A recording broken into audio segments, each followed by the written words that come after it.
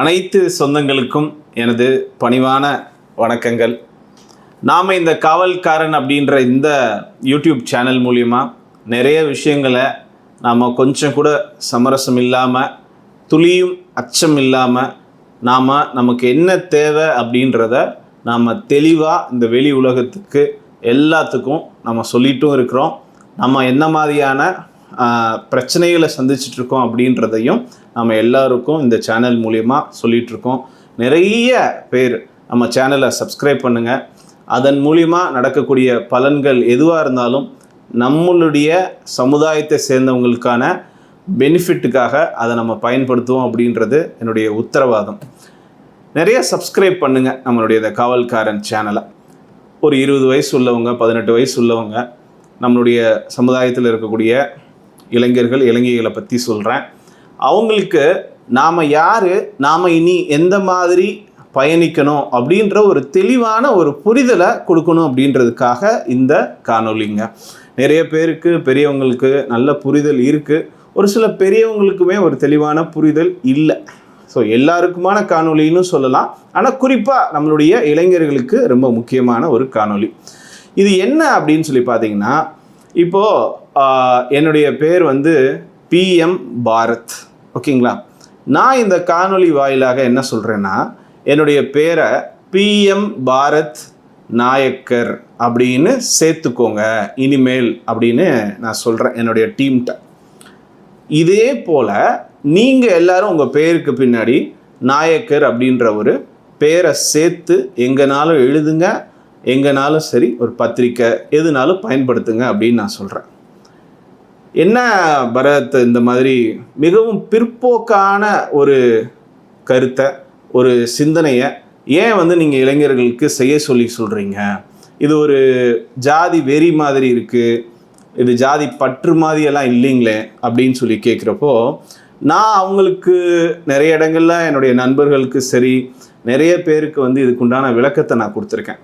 அதாவதுங்க, நிறைய சமுதாயங்களில் நிறைய தலைவர்கள் தோன்றி கடந்த 20-30 வருஷமாக அவங்களுக்கு என்ன வேணும், அவங்க எப்படி செயல்படணும், சட்டத்தை எப்படி சரியாக பயன்படுத்தணும், எந்த அரசியலை அவங்க எந்த பார்வையில் பார்க்கணும், எப்படி அவங்க ஒற்றுமையாக இருக்கணும், எப்படி ஒற்றுமையாக ஓட்டு போடணும், இப்படி பல விதத்தில் எல்லாருக்கும் முறையான ஒரு வழிகாட்டுதல் இருந்திருக்கு.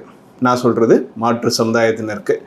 எங்களுக்கு எந்த விதமான ஒரு தெளிவான புரிதலோடு எங்களை வழி நடத்தினதில் ஒரு தெளிவான கிளாரிட்டி இல்லைங்க.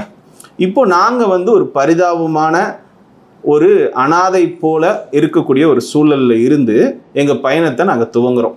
இப்போ இந்த சூழ்நிலையில் எங்களுக்கு என்ன வேணும், நாங்கள் எங்கே இருக்கிறோன்ற எங்களுடைய ஐடென்டிட்டி அடையாளத்தில் இருந்து ஆரம்பித்து, நாங்கள் மாட்டு வண்டியில் பயணம் பண்ணிகிட்ருக்கோம், நீங்கள் காரில் போயிட்டுருக்கீங்க. எங்களுடைய ஒரு விஷயத்தை கேட்குறப்போ எங்கேருந்து ஆரம்பிக்கணும் அப்படின்ற ஒரு இடத்த தேர்ந்தெடுக்கிறப்போ இது முக்கியம் அப்படின்னு படுது. கண்டிப்பாக உங்களால் இதை புரிஞ்சிக்க முடியாது. நான் நிறைய பேர்கிட்ட, என்னுடைய நண்பர்கள்ட்ட சொல்கிறப்போ எல்லாம் ஓகேப்பா, அது ஏன், அந்த அடையாளம் ஏன் அப்படின்னு சொல்லி உனக்கு புரியல, உனக்கு புரியாது, ஒரு டைம் வேணால் வச்சுக்கலாம். இந்த வருஷம், இந்த மாதம், இந்த தேதி, இந்த டைமுக்கு எல்லாருமே நம்ம பேரெல்லாம் ஜாதி பேர்லேருந்து நீக்கிடுவோம் அப்படின்ற ஒரு நேரத்தை குறித்து செயல்படுவோம். அன்னையோடு அதை எல்லாத்தையுமே நீக்கிடுவோம்ப்பா. அப்படி ஒரு காலம் வரும் பட்சத்தில் அங்கே நான் இதை செய்கிறேன். எனக்கு நான் ரொம்ப ரொம்ப ரொம்ப பின்தங்கி இருக்கேன். நான் ஒரு சில காரணங்களுக்காக சொல்கிறேன். நான் ஓப்பனாக கூட பேசிடலான்னு நினைக்கிறேங்க. அதாவதுங்க, என்னையை பொறுத்த வரைக்கும் பல மேடைகளில், பல என்னுடைய இளைஞர்கள்ட்ட, பல பேர்கிட்ட நான் பேசுகிறப்போ, அதாவதுங்க, ஒரு தாழ்த்தப்பட்ட ஒரு தலித்தா ஒரு 24 மணி நேரம் வாழ்ந்துப்பார், அதனுடைய வலி என்னன்னு புரியும். வேற்று சமுதாயம், வேற்று மதத்தினர், ஒரு இஸ்லாமியரோ கிறிஸ்தவரை போல் ஒரு சில இடங்களில் நீ அவங்களா நினச்சி வாழ்ந்துப்பார், அவங்களுடைய வலி புரியும். இதெல்லாம் விடுங்க, ஒரு கிராமம் இருக்குது, ஒரு 100 வீடுகள் இருக்கக்கூடிய ஒரு கிராமம் உதாரணத்துக்கு வச்சுக்கோங்களேன். அதில் ஒரு 2 சமுதாயம் இருக்குது. ஒரு 10 வீடு சேர்ந்தவங்க ஒரு சமுதாயம், 90 வீடை சேர்ந்தவங்க ஒரு சமுதாயம். ஒரு கான்ட்ரவர்சி, ஒரு சின்ன ஒரு மாற்று ஒரு பிரச்சனைன்னு வச்சுக்கோங்க. இதில் இந்த 10 வீடு உள்ளவங்க மேலே நியாயம் இருக்குது. அப்போ நாம் எந்த பக்கம் நிற்கணும்? அந்த 10 வீடு உள்ளவங்க கூட தான் நாம் நிற்கணும் அப்படின்ற தெளிவான புரிதல் எங்களுக்கு இருக்குங்க. இதே 90 பேர் உள்ளவங்க அதிகமாக இருக்கிறாங்கன்னு சொல்லி இவங்க கை ஓங்குதுன்னு அங்கிட்டு போய் நிற்கிற பழக்கம் என்றைக்குமே எங்களுக்கு கிடையாது, இனிமேல் இருக்க போகிறதும் கிடையாது.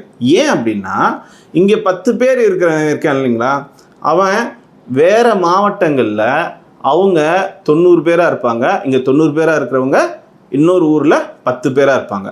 அப்போ அவங்களுக்கு என்ன வழி இருக்கும்? நம்ம மேலே இருக்கிற நியாயத்துக்கு யாரும் வந்து கேட்கல, காரணம் நான் கம்மியாக இருக்கிறேன் அப்படின்ற எண்ணிக்கையில் இருக்கிறனாலையா?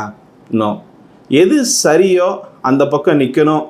எது வந்து ஒரு பிரித்து பார்த்து ஒரு விஷயத்தை வந்து தீர்மானிக்குதோ அந்த பக்கம் என்றைக்கு நம்ம நிற்கக்கூடாது அப்படின்றதுல ஒரு தெளிவான புரிதல் இருக்குது.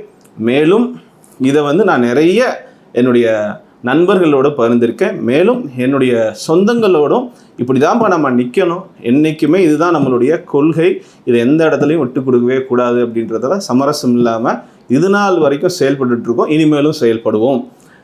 ஆனாலும் உங்கள் பேருக்கு பின்னாடி இதை வைக்க சொன்னது தப்பு தான் அப்படின்னு சொல்லி கொஞ்சம் அதை கன்சிடர் பண்ணுங்கன்னு சொல்லி நிறையா பேர் சொல்லுவாங்க.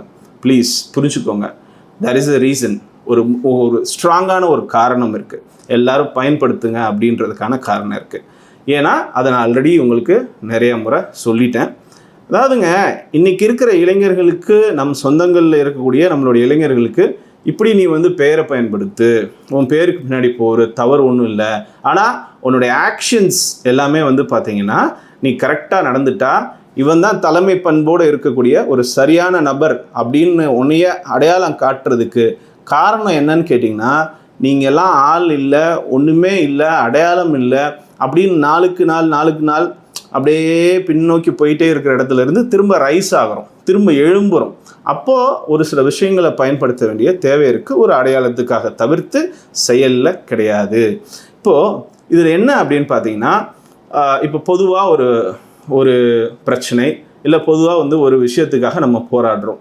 அதை ஒரு 3 விதமாக பிரிச்சுக்கலாம். ப்ளூ, ஆரஞ்சு, ரெட்டுன்னு சொல்லுவாங்க இல்லைங்களா, நீலம், ஆரஞ்சு, சிகப்பு. அந்த மாதிரி ஒரு பிரச்சனையை வந்து ஒரு நீல கலர் பயன்படுத்துகிறோம் அந்த பிரச்சனைக்கு அப்படின்னா, நாம் எல்லோரும் நம்ம இருந்த இடத்துலையே நம்ம ஃபோனில் இருந்து நம்மளுடைய எதிர்ப்பை பல விஷயங்கள் மூலயமா, பல ஆயிரம் லட்சம் கோடிக்கணக்கான பதிவுகள் மூலயமா அதற்குண்டான எதிர்ப்பை தெரிவித்தா போதும் அப்படின்ற பிரச்சனையை வந்து நீல கலர் பயன்படுத்தலாங்க. அதே ஒரு ஆரஞ்சு கலர் பயன்படுத்துகிறோம் அப்படின்னு வச்சுக்கோங்களேன், கொஞ்சம் சென்சிட்டிவான பிரச்சனை, நாம் எல்லாரும் மகளிர் முதற்கொண்டு, பெண்கள் முதற்கொண்டு, இளைஞர்கள் முதற்கொண்டு, இளைஞர் முதற்கொண்டு எல்லாரும் வாய்ப்பு இருக்கும் பட்சத்தில், இப்போ திங்கக்கிழமை காலையிலங்க கலெக்டர் ஆஃபீஸ் போய் ஒரு மனு கொடுக்குறோம், ரொம்ப முக்கியமானது, எல்லோரும் வந்தாகணும். ஆனால் திங்கக்கிழமைன்றது எல்லாருக்கும் முக்கியமான வேலை நாள். அப்போது பிரச்சனை வந்து பார்த்திங்கன்னா அதனுடைய வீரியத்தை பொறுத்து எல்லாரும் நேரில் வந்து அசம்பிள் ஆகணும் அப்படின்ற விஷயத்தில் கொஞ்சம் நாம் என்ன பண்ணுறோம், இதுக்கு வர வேண்டிய தேவையில்லை, உன்னோட சூழல் புரியுது. முதல் முக்கியம் என்ன? நம்மளுடைய குடும்பம். 2வது முக்கியம் வந்து பார்த்திங்கன்னா நம்ம சார்ந்திருக்க நம்மளுடைய அமைப்பு, சமுதாயத்துக்கு முக்கியத்துவம் கொடுத்து எல்லாரையும் மேலே தூக்கி விடுறதுக்கான வேலைகள் செய்யணும் அப்படின்னு சொல்கிறோம். இப்போ ஆரஞ்சுனா தவிர்க்க முடியாத காரணங்கள் இருக்கும், நீங்கள் வராமல் உன் வேலையை பாரு, அது ரொம்ப முக்கியம், யாருக்கெல்லாம் வாய்ப்பு இருக்கோ எல்லோரும் நாங்கள் சேர்ந்து போய்க்கிறோன்னு. ஆனால் சிகப்பு அப்படின்னா நீ போட்ட இடத்துல எல்லாத்தையும் போட்டுட்டு ஒட்டு மொத்தமாக ஆயிரக்கணக்கில் லட்சக்கணக்கில் நல்லா வெள்ளை சட்டையை போட்டுட்டு சும்மா வந்து நில்லு போதும், உன்னை எதையும் மறிக்க சொல்லலை, அரசாங்க சொத்தை இது பண்ண சொல்லலை, எதுவுமே பின் ட்ராப் சைலன்ஸ், மொத்தமாக அசம்பிள் ஆகி லட்சக்கணக்கில் ஆயிரக்கணக்கில் லட்சக்கணக்கில் ஒரு இடத்துல மொத்தமாக சேர்ந்து பேசாட்ட நில்லு, வேற எதுவுமே செய்யாத, வாயை கூட திறக்காத, நம்ம நினைக்கிறது நடத்துகிறோம், நம்ம நினைக்கிறத செஞ்சிடலாம். இப்போது இந்த மாதிரி ஒவ்வொரு இடத்துலையும் நமக்கு தேவையான விஷயங்களை நம்ம புரிஞ்சுக்கிட்டோன்னா, இது வந்து பார்த்திங்கன்னா ஒரு ரெட்டு கேட்டகரி, இதில் வந்து ரொம்ப சென்சிட்டிவானது, நாம் போனால் தான் ஆகும். நம்ம பஸ்ஸில் போயிட்டுருக்காங்க, நம்மளுடைய தங்கச்சி ஒருத்தவங்களுக்கு ஒரு பிரச்சனை வருது, அதை நம்ம எவ்வளோ சொன்னாலும் நடவடிக்கை இல்லை, அது தொடருது, திரும்பவும் ஆகுது. அப்போ என்ன ஆகுது, நமக்கு வந்து வீட்டை விட்டு வெளியே போகிறதுக்கு ஒரு பயமான சூழ்நிலை நம்ம மகளிருக்கு வருது அப்படின்னா, இது ஒரு சென்சிட்டிவான விஷயமா இல்லைங்களா? அப்போ அதை எப்படி ஹேண்டில் பண்ணணும்? அங்கே வந்து பார்த்தீங்க அப்படின்னு சொன்னால் அதனுடைய வீரியத்தை பொறுத்து இந்த அளவிடல் இருக்குது. அதுக்கு தகுந்த மாதிரி முக்கியமாக இந்த காணொலியில் நீங்கள் நேரில் வந்து நின்னா போதும், வேறு எந்த விதமான செயல்பாடும் செய்ய போகிறதில்ல. நாம் லட்சக்கணக்கில் ஆயிரக்கணக்கில் அந்த இடத்துக்கு தகுந்த மாதிரி வந்து நிற்கணும் அப்படின்றத முதல்ல நீங்கள் புரிஞ்சுக்கோங்க. நாளைக்கு அவருக்கு நடந்தது எனக்கு நடக்கும், எனக்கு நடந்தது நாளைக்கு உங்களுக்கு நடக்கும். அப்போ என்ன பண்ணணும்? நியாயமான ஒரு விஷயமா இருக்கும் பட்சத்தில் நம்மளுடைய சைட்லேருந்து அழைப்பு விடுறோம் அப்படின்னா நீங்கள் வந்து நிற்கணுன்றதில் அவர் போய்க்குவார். நான் தண்ணியை கொண்டு வந்து கலந்துட்டேன், எல்லாருமே பால் கலந்துருப்பாங்க, நான் மட்டும் தண்ணி கலந்துட்டேன்னா எனக்கு தெரிய போகுது, எல்லாரும் போயிருப்பாங்க. இன்னும் மனசாட்சி, அதுக்கு கட்டுப்பட்டு வந்து நில்லுங்க. இது முதல்ல இளைஞர்களுக்கு புரிஞ்சுக்கோங்க. உங்கள் கூட ஃப்ரெண்ட்ஸ் எல்லோரும் இருப்பாங்க, எல்லா சமுதாயத்தை எல்லோரும் முக்கியம், எல்லோரும் அவசியம் தேவை. அவங்க இல்லாமல் நம்ம இல்லை, நம்ம இல்லாமல் அவங்க இல்லை. ஆனால் நீங்கள் என்ன பண்ணணும், இதை இப்படி தான் ஹேண்டில் பண்ணணுன்றது தான் வழிமுறை. நீங்கள் இப்படி தான் வந்து நிற்கணும், சரிங்களா? ஸோ இதில் வந்து முதல்ல உங்களுடைய சிந்தனை செயலை எல்லாத்தையும் மாற்றுங்க, உங்களுக்கான பொறுப்புகளை உணர்ந்துக்கோங்க. அப்போ தான் வந்து பார்த்தீங்கன்னு சொன்னால் இதை வந்து கொஞ்சம் கொஞ்சமாக மாற்ற முடியும், எந்திரிக்க முடியும், சரிங்களா? அடுத்து பார்த்தீங்க அப்படின்னு சொன்னால் இதுலேயே நிறைய பேருக்கு மாற்றுக்குது. ஏன் எந்திரிக்கணும், அது அப்படியே இருந்தால் என்ன, அதெல்லாம் ஒன்றும் பிரச்சனை இல்லை, இப்படியெல்லாம் சொல்கிறவங்க இருக்கிறாங்க. ஆனால் வந்து 90% என்னுடைய சொந்தங்கள் பட்டுட்ருக்க வழி என்னன்னு சொல்லி எனக்கு மட்டும்தான் தெரியும். எல்லாரையும் தினந்தோறும் சந்தித்து பேசுகிறதுனால சொல்கிறேன். இப்போது பொதுவான பிரச்சனைகள், பொதுமக்களுக்கான பிரச்சனைகள், அனைத்து சமுதாயத்துக்கான பிரச்சனைகள், இது நாள் வரைக்கும் நாம் எப்படி செயல்பட்டோம் அப்படின்னா, இப்போது காலையில் எந்திரிக்கிறோம், பைக் எடுத்துகிட்டு வேலைக்கு கிளம்புறோம், பெட்ரோல் போடுறோம், அங்கே ஒரு அநியாயம் நடக்குது, என்ன கம்மியாக போடுறேன், எல்லாரும் ஒரு சின்ன ட்ரிக் யூஸ் பண்ணி எதையோ செய்கிறான். அப்போது உடனே லெட்டர் எழுதுகிறோம், அங்கே உள்ள ஆள் கொடுக்குறோம், மேலே அனுப்புகிறோம், பெட்ரோல் பம்பை மூடுறோம். இது யாருக்கானது? எல்லா பொதுமக்களுக்கானது. இதை நம்ம செய்யணுமா? நிச்சயம் செய்யணும், 100% செய்யணும். பைக்கில் போகிறீங்க, டோல்கேட்டில் 2 வீலர் போகிறதுக்கான சின்னோண்டு பாதை வச்சுருக்கான், முட்டி இடிச்சுக்கிட்டு போகிற மாதிரி, அதுலேயும் மண்ணாக கிடக்கு, சறுக்கி கீழே விழுகிற மாதிரி இருக்குது. 2 பாதை வை, இவ்வளோ வண்டிகளுக்கு பாதை இருக்குல்ல, எங்களுக்கு ஒரு முறையான பாதை வை. இதை நம்ம செஞ்சோம், போய் பெட்டிஷன் கொடுத்தோம், தேவையான இடத்துக்கு தகவல் கொடுத்தோம். நடந்துச்சா நடக்கலையான்றது அடுத்த விஷயம். எல்லா பொதுமக்களுக்கும் அவங்க ஒரு சில விஷயங்களில் பாதிக்கப்படுறதுக்கு குரல் கொடுக்கணும். முதல் ஆளாக அங்கேயும் நம்ம நிற்கணும், அதுக்குண்டான எதிர்ப்பை நம்ம செய்யணும். வேறு யார் முன்னெடுக்கிறாங்களோ இல்லையோ, உங்கள் கண்ணில் படுதா? நாங்கள் வந்து ஒரு 5 இயர்ஸ்க்கு முன்னாடிங்க, அந்த லாக்டவுனுக்குலாம் முன்னாடி எனக்கு நல்லா ஞாபகம் இருக்குது, தேட்டரில் படம் பார்க்க போகிறப்போ இந்த ஒரு ஆடு வரும், பார்த்துருப்பீங்க. அன்பான ஒரு கணவன், 2 அன்பான குழந்தைங்களோட என்னுடைய குடும்பம் நல்லா சந்தோஷமாக இருந்துச்சு, இந்த புகையிலை என்னை எப்படி மாற்றிருச்சு அப்படின்னு சொல்லி ஒரு சர்ஜரி பண்ணுற மாதிரி ஒரு வீடியோ வரும். நான் பார்த்தேன். அப்புறம் ஹீரோ இல்லை டைரக்டர் இல்லை ப்ரொடியூசர் யாரோ ஒருத்தர் புகை குடிப்பது, மது அருந்துவது தவறானது அப்படின்னு சொல்லி படம் ஆரம்பிக்கிறப்போ அந்த வீடியோ வரும், இதுவும் வரும். படங்களில் மதுவை பயன்படுத்துகிறப்போ கீழே வந்து அந்த வாசகங்கள் வரும், மது நாட்டுக்கு வீட்டுக்கு கேடு அப்படின்னு சொல்லி. நான் பார்த்தேன். வாங்கன்னு சொல்லிட்டு ஒரு 3-4 பேரை கூப்பிட்டு உட்கார வச்சு அட்வொகேட்ஸ் கூட ஒரு டிஸ்கஷன் பண்ணி, அதாவதுங்க முதல்ல இந்த விளம்பரத்தை, இந்த சர்ஜரி பண்ணி எடுக்கிற மாதிரி விளம்பரம் இருக்குது பார்த்தீங்களா, இதையே இதனுடைய தன்மையை மாற்றி, ஏன் ஒரே விளம்பரத்தை போட்டு உன்கிட்ட காசு இல்லையா? ஒரு விளம்பரம் எடுக்க கூட உனக்கு காசு இல்லையா? நீ உன்னோட நோக்கம் என்ன? A category, B category, C கேட்டகரின்னு சொல்லி 3 கேட்டகரியில் வந்து தேட்டர்ஸ் இருக்குது. இது வந்து எப்படி சொல்கிறேன்னா, கிராமம் இதில் எங்கே புகையில பயன்படுத்துகிறான், எங்கே குட்கா பயன்படுத்துகிறான், எங்கே மது அதிகமாக பயன்படுத்துகிறான், ஒரு விளம்பரத்தை 10 வருஷமாக ஒரே விளம்பரத்தை போட்டுட்ருக்க அளவுக்கு தான் உனக்கு அதில் சிந்தனையே இருக்குது. அதில் என்ன ரீச் ஆகும்? ஏன் புகையில் போடாத ஏசி மால் மாதிரி பெரிய தேட்டரில் எதுக்கு இந்த விளம்பரத்தை? நல்லா அங்கே என்ன தேவையோ அதுக்குண்டான விளம்பரத்தை போடு. மது நாட்டுக்கு வீட்டு கேடுன்னு சொல்லி ஹீரோ வந்து பேசுகிறார்ல, அவரை விஷுவலாக வந்து பேச சொல்லு, விஷுவலாக வீடியோவில் வந்து பேச சொல்லு. நான் யூஸ் பண்ணுறது இல்லைங்க, குறைச்சிட்டேங்க, இனிமேல் பயன்படுத்த மாட்டேங்க, நீங்களும் குறைங்கன்னு சொல்லியே ஒரு ஃபார்மாலிட்டிக்கு. அதேமாதிரி ஒரு படம் எடுத்திங்கன்னா கீழே வந்து மது நாட்டுக்கு வீட்டு கேடுன்னு சொல்லி போட்டு படத்தில் அந்த சீன் வர மாதிரி காட்டுறத 3 தடவை மட்டும் பயன்படுத்து. ஒரு படத்துக்கு 3 தடவை மட்டும் அதுக்கான வாய்ப்பை கொடு. பிடிச்சேன்னா நல்லா ஸ்ட்ராங்காக பிடி அப்படின்னு ஒன்னொன்னுத்துலேயும் எங்கெங்கே பொதுமக்கள் இளைஞர்கள் பாதிக்கிறாங்களோ இதை வந்து நம்ம என்ன பண்ணோம், மத்திய இந்த மது மற்றும் புகையிலை சம்மந்தப்பட்ட அந்த கேட்டகரி மினிஸ்ட்ரிக்கு நாம் என்ன பண்ணோம், இது அனுப்பிச்சோம், ஒரு லெட்டர் அனுப்பிச்சு ஒரு இதை வந்து அப்பீல் பண்ண போகிறோம், இதுக்கு உண்டான ப்ராப்பராக ஸ்டெப்ஸ் எடுங்க, இது வந்து ஒரு போரிங்காக இருக்குது, ஏதோ கடனுக்கேன்னு செய்கிற மாதிரி இருக்குது அப்படின்றத நாம் இன்சிஸ்ட் பண்ணோம்.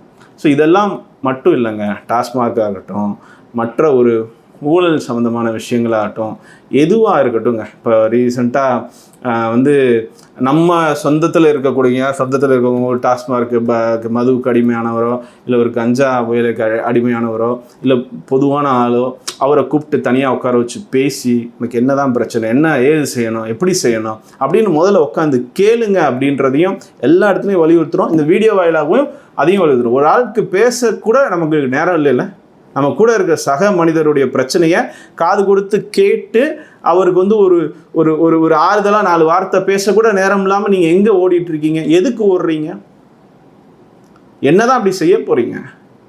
பேசுங்க, பேசி கூப்பிட்டு பேசுங்க, பேசி அதுக்கு என்ன செய்யணும்னோ அதை செய்யுங்க. நீங்கள் மட்டுமே அதை வந்து அவர் அப்படி எப்படி இருந்தால் இருந்துட்டு போட்டோம் அப்படின்றது வந்து ஒரு சரியான கருத்தே இல்லைங்க. ஜாதிவாரி கணக்கெடுப்பாக இருக்கட்டும், இப்போ இருக்கக்கூடிய இந்த பட்ஜெட்டில் தமிழ்நாட்டுக்கு எந்த ஒரு மெட்ரோ ட்ரெயின் சேவை இல்லை, பொதுவாக நம்ம மக்களுக்கு பொதுவாக இருக்கிறவங்களுக்கு என்ன மாதிரியான விஷயங்களில் ப்ராப்ளம் இருந்தாலும் நாம் முதல் ஆளாக குரல் கொடுத்து எல்லாருக்குமான பிரச்சனைகள்லையும் நம்மளுடைய முழு ஈடுபாடோட நம்ம செய்யணும் அப்படின்றதுல எந்த மாற்று கருத்தும் கிடையாது. ஃபஸ்ட்டு நான் ஏற்கனவே சொன்ன மாதிரி இன்றைக்கி இருக்கிற இளைஞர்களுக்கும் முதல் முக்கியம் நம்மளுடைய உடம்பு, அதோடு சேர்த்து நம்மளுடைய குடும்பம், அதோடு சேர்த்து பொதுவாக இருக்கக்கூடிய எந்த விஷயம்னாலும் நீங்கள் ஒன்றா சேர்ந்து குரல் கொடுக்கணும் அப்படின்றத நீங்கள் மறக்கவும் கூடாது, மாற்றிக்கவும் கூடாது. ஃபஸ்ட்டு என்னங்க, நம்ம அப்பா நல்லா சிரிச்சுட்டு சந்தோஷமாக இருக்கும். நீ அதுக்கு என்ன செய்கிற, நீ எப்படி அதுக்காக வேலை பார்க்குற, உன் மனைவி, உன் குழந்தைங்க, உன் தங்கச்சி, உங்கள் அக்கா, நீ உன்னோட ரோலை கரெக்டாக செய்கிறியா? அதை வந்து நம்ம சரியாக செஞ்சு அவங்கள சந்தோஷமாக வச்சுக்கிறது தவிர்த்து வேறு என்ன நமக்கு தேவை இருக்குது? அதுக்கு அடுத்து தான் மற்றது எல்லாமே. ஸோ இதை வந்து நம்ம எல்லா இடத்துலையும் நம்ம வலியுறுத்துகிறோம், அதை நம்ம சொல்லிட்டும் வரோம். ஸோ இதன் மூலியமாக ஒரு கிளியாரிட்டி வரும். ஒரு சில பேர் வந்து சொல்லுவாங்க, சார் நீங்கள் இவ்வளோ தூரம் சொன்னப்புறமும் அவர் நாயுடுன்னு சொல்லியே போட்டுட்ருக்காரு சார் பேருக்கு பின்னாடின்னு. தயவுசெஞ்சு புரிஞ்சுக்கோங்க, ஒரு விஷயம் பல 100 வருஷங்களாக ஹேபிட்டாக பழக்க வழக்கத்தில் இருந்ததை கொஞ்சம் கொஞ்சமாக தான் மாற்ற முடியும். நம்ம இளைஞர்களாகிய நீங்களும் நாமளும் நல்லா புரிஞ்சுக்கணும். இதை ஸ்லோவாக கொஞ்சம் கொஞ்சமாக தான் ஒரு இடத்த வந்து ஒரு மாற்றத்தை நம்ம தாண்ட முடியும், சரிங்களா? ஸோ அதை நோக்கி தான் நம்மளுடைய பயணம் வந்து நடந்துகிட்ருக்கு. ஸோ இந்த இதன் மூலிமா நமக்கு மாற்றங்கள் வரணும். நீங்கள் யாருன்றதை புரிய வச்சுருக்கேன் அப்படின்னு நான் நம்புகிறேன். நீங்கள் எந்த மாதிரி உங்கள் செயல்பாடு இருக்கணும், எப்படின்னா நீங்கள் இப்படி வந்து நிற்கணும் ஒரு இடத்துல, பொதுவான ஒரு விஷயத்துக்கு வந்து எப்படி நீங்கள் நிற்கணும், எப்படி வந்து நான் வந்து உங்களை வந்து பேனா தானே எடுக்க சொல்கிறேன், வேறு எதையும் தூக்கி சண்டை போட சொல்ல இல்லையா? சட்டத்துக்கு கட்டுப்பட்டு நாம் பேனாவை எடுத்து எல்லா இடத்துலையும் எழுது. அவனுக்கு மேலே இருக்க அதிகாரிகள் எழுதுங்க, அவங்களுக்கு மேலே இருக்க அதிகாரிகள் எடுங்க, காவல்காரனாக இருங்க. நம்ம சேனல் பேரே தானே காவல்காரன். நாம் வந்து எல்லாருக்கும் காவல்காரன், நம்மளுடைய சொந்தங்களுக்கு நாம் தான் காவல்காரன், பொதுமக்களுக்கும் நாம் தான் காவல்காரன். இதை பல 100,000 வருடங்களாக நம்மளுடைய முன்னோர்கள் சொன்னதை, அவங்க எப்படி வாழணும்னு கற்றுக் கொடுத்ததை நான் திரும்ப ஞாபகப்படுத்தும் வகையில் தான் இந்த காணொலி செஞ்சுருக்கிறோம். அதனால் சமயங்களில் கொஞ்சம் செல்ஃபிஷ்னஸோட, அதாவது ஒரு சுயநலமோட ஒரு சில விஷயங்கள் வந்து செய்ய வேண்டியது வருது. அதாவது நமக்கு கொஞ்சம் அதிக முக்கியத்துவம் கொடுத்து நம்மளுடைய அமைப்பினுடைய செயல்பாடு இருக்கும் அப்படின்றதில் மாற்று கருத்து இல்லை. அதுக்கான தேவையும் இருக்குது. நான் ஏற்கனவே சொன்ன மாதிரி அடித்தா கூட வாயை திறந்து அழுகக்கூட முடியாத ஒரு சூழ்நிலையில் நாம் இருக்கிறோம். நமக்கு 10ல் 4 பேர் இருக்கிறோம், 10ல் 5 பேர் இருக்கிறோம், ஒரு சில இடங்களில் 10ல் 3 பேர் இருக்கிறோம். அப்படி இருந்தும் அந்த 10 பேருக்கு உண்டான வரக்கூடிய அந்த 10 இட்லியில் நமக்கு 3 இட்லி கொடுக்குறதுலையோ 4 இட்லி கொடுக்குறதுலையோ உடன்பாடே இல்லாதவங்களுக்கு நம்ம நிச்சயம் பாடம் கற்பித்து கொடுக்கணும். நம்ம யார் அப்படின்றத ஒற்றுமையின் மூலயமா, முறையான ஒரு சட்டத்தின் மூலயமா நாம் இதை நிரூபித்து காட்டணும். அதுக்காக தான் நான் இதை சொல்கிறேன். நம்ம இன்னும் நிறைய விஷயங்கள் நம்ம தொடர்ந்து இந்த இதில் இது பண்ணுறோம். நீங்கள் ஃபஸ்ட்டு சப்ஸ்கிரைப் பண்ணுங்கள், நிறைய பேருக்கு ஷேர் பண்ணுங்கள்.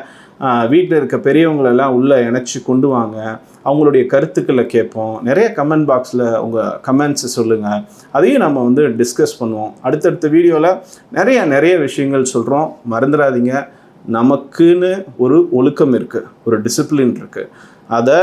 அது மட்டும் கிடையாது, நமக்குன்னு வந்து எந்த இடத்துலையும் வந்து ஒரு துளி அச்சமும் இல்லாமல் ஒரு நியாயத்துக்கான ஒரு சரியான நம்மளுடைய முறையான ஒரு தேவைக்காக நம்ம எப்பயுமே ஒரு மணி நேரத்தில் சடனாக வேறு எந்த ஒரு